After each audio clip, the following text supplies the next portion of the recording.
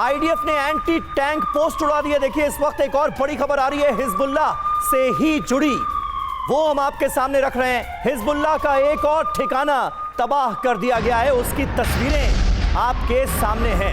मनीष, अब आप मेरे सवाल का जवाब दे सकते हैं। वैगनर फोर्सेस को बहुत करीब से आपने देखा है जब जंग लड़ी जा रही थी यूक्रेन के खिलाफ। अब उस वैगनर फोर्स का सपोर्ट हिजबुल्लाह को मिलता हुआ देख रहे हैं हम। इससे कितनी बड़ी मदद मिलने वाली है हिजबुल्लाह को और इजराइल के लिए कितनी बड़ी मुश्किल है?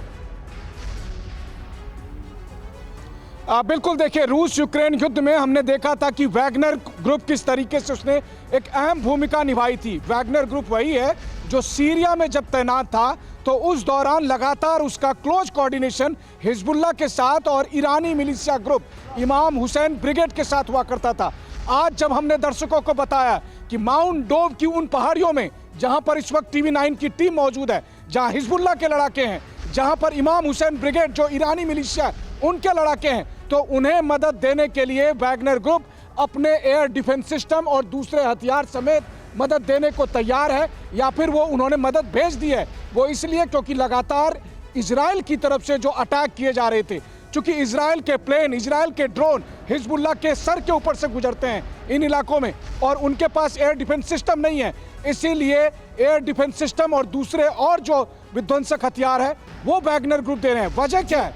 वजह इसलिए है क्योंकि इस वक्त दोनों सब एक दूसरे का हाथ मिला रहे हैं। देखिए जिन इलाकों में हम मौजूद हैं, मैं कैमरा से अमित को कहूंगा माउंट डोव की उन पहाड़ियों को दिखाइए, उन पहाड़ियों को जहां पर हिजबुल्लाह के लड़ाके मौजूद हैं, उन पहाड़ियों को जहां पर इमाम हुसैन ब्रिगेड पहुंच चुका है जो पहले सीरिया में तैनात था, और फिर सीरिया में ही तैनात जो दोस्ताना संबंध था वैगनर ग्रुप और इमाम हुसैन का, शायद उसी ब्रिगेड की वजह से वैगनर ग्रुप अपने संसाधनों को यहां पर भेजने की तैयारी पर कर रहा है। हम लगातार दिखा रहे हैं कि देखिए किस तरह से हिजबुल्लाह के पोस्ट को इजरायली डिफेंस फोर्सेस उड़ा रही है, क्योंकि उनके पास एंटी टैंक मिसाइल से हमले किए जा रहे थे और इसीलिए इजरायली फोर्स ने उन्हें उड़ा दिया, और वैगनर ग्रुप इसीलिए मदद करना चाहता है ताकि बिल्कुल मनीष, हमास की ताकत और ज्यादा बढ़ गई है क्योंकि उसके साथ कई संगठन जुड़ गए जिसमें सबसे ताकतवर हिजबुल्लाह बताया जा रहा है। बहुत शुक्रिया मनीष, नजर आप बनाए रखिएगा, आगे भी आपका रुख करेंगे जानकारी लेने के लिए। और हमारे साथ स्टूडियो में गेस्ट भी मौजूद है। शैलेंद्र सर, मैं आपके पास आना चाहूंगी,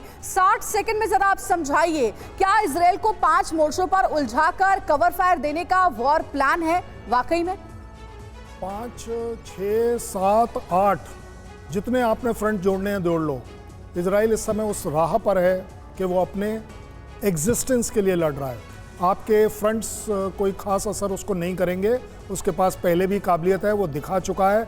5 कंट्रीज़ के साथ, मुस्लिम कंट्रीज़ के साथ फुल फ्लेजेड अटैक कर जीत चुका है, वो ज़्यादा ज़रूरी बात है। बट एक सेकंड और लगाऊंगा, ईरान ने क्या बोला है और आज क्या बोलने वाला है कि यूएस आप इजराइल को स्टॉप कर दीजिए, चलिए आपकी बात मान लेते हैं। आपने इजराइल को भी बोला है कि आप बॉम्बिंग स्टॉप कर दीजिए, चलिए आपकी ये वाली भी बात मान लेते हैं। ये जो हमास के बारे में आप क्यों नहीं बोल रहे हैं कि वो अपनी बॉम्बिंग स्टॉप कर ले? सो कॉल्ड आपके लैंग्वेज में ह्यूमैनिटेरियन बॉम्बिंग जो इजराइल में कर रहे हैं आप, वो उसको स्टॉप नहीं होना चाहिए। मैंने आपके लिए और भी पॉइंट्स लिए हैं, एक सेकेंड लगाऊंगा। वो यस, वो बोलता है कि इस्लामिक वॉर होनी चाहिए। Is it a peaceful gesture? आप वॉर की बात कर रहे हैं। जब दूसरी कंट्री की बात आए, आप ये जो अपने मिलिशिया भेज रहे हैं। बिल्कुल करण शैलेंद्र सर, जो आपको लग रहा है, क्योंकि इससे पहले भी इजराइल ने मल्टी फ्रंट्स पर युद्ध लड़ा है और उसमें जीत हासिल की है। एक बार फिर से भले ही कितने फ्रंट्स खुल जाए, लेकिन आपको अभी इजराइल मजबूत लग रहा है।